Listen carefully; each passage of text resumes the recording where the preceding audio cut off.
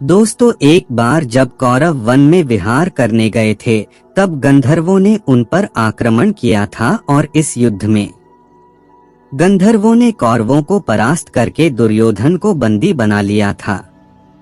गंधर्वों और उनके राजा चित्रसेन ने युद्ध में कई सारी मायाओं का प्रयोग किया था, जिसके कारण कौरव उनके सामने टिक नहीं पाए और इस युद्ध में लाखों गंधर्वों ने एक साथ कर्ण पर आक्रमण किया और कर्ण के धनुष को तोड़ डाला, जिस वजह से कर्ण को युद्ध से पीछे हटना पड़ा। गंधर्व युद्ध के समय कर्ण के पास अपना दिव्य धनुष यानी विजय धनुष था ही नहीं, क्योंकि कर्ण ने कभी भी विजय धनुष का इस्तेमाल नहीं किया। उसने तो केवल महाभारत के 17वें दिन में ही अर्जुन के विरुद्ध उस विजय धनुष का उपयोग किया था और इस युद्ध में अपने साधारण से धनुष के बलबूते पर कर्ण कोई भी दिव्यास्त्र नहीं चला पाए थे। इसीलिए युद्ध में कर्ण को पीछे हटना पड़ा। अब कर्ण के सामने ही गंधर्वों ने दुर्योधन को बंदी बना लिया था, लेकिन कहते हैं कि अर्जुन ने ही गंधर्वों से दुर्योधन को बचाया और इसी के चलते लोग कर्ण की वीरता पर कई सारे सवाल उठाने लगे। कर्ण की दिग्विजय यात्रा की शुरुआत, जिसके बाद कर्ण ने अपने खोए हुए सम्मान को वापस पाने के लिए दिग्विजय यात्रा करने का विचार किया।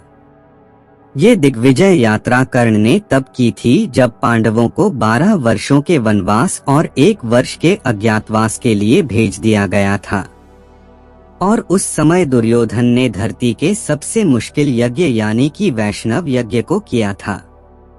उसी समय कर्ण ने दिग्विजय यात्रा शुरू की और वो अपनी विशाल सेना के साथ दिग्विजय के लिए निकल पड़ा। पहले कर्ण ने पांचाल नरेश द्रुपद के राज्य पर आक्रमण किया और अपने विशाल सेना के साथ कर्ण ने द्रुपद के राज्य को चारों ओर से घेर लिया।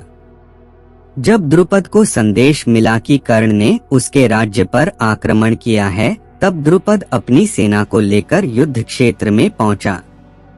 इसके बाद कर्ण और द्रुपद में एक भयंकर युद्ध हुआ, लेकिन कहते हैं कि इस युद्ध में कर्ण ने द्रुपद को पराजित कर अपने अधीन कर लिया था और इसके बाद द्रुपद का राज्य पांचाल हस्तिनापुर के अधीन हो गया। कर्ण ने द्रुपद को सोना चांदी और कर देने के लिए विवश कर दिया था। महाभारत काल में भगदत्त नामक एक प्रक्रमी राजा हुआ करता था। वो पराग ज्योतिषपुर का राजा था। वैसे तो भगदत्त बहुत ही बुजुर्ग योद्धा था, लेकिन फिर भी उसमें इतना प्रक्रम था कि उनसे युद्ध करने का कोई भी नहीं सोचता था, क्योंकि उनसे युद्ध करना बिल्कुल नामुमकिन था। दरअसल भगदत्त के पिता का नाम नरकासुर था। उसके पास भगवान विष्णु का वैष्णवस्त्र था। उसने अपने पुत्र भगदत्त को ये अस्त्र दे दिया था।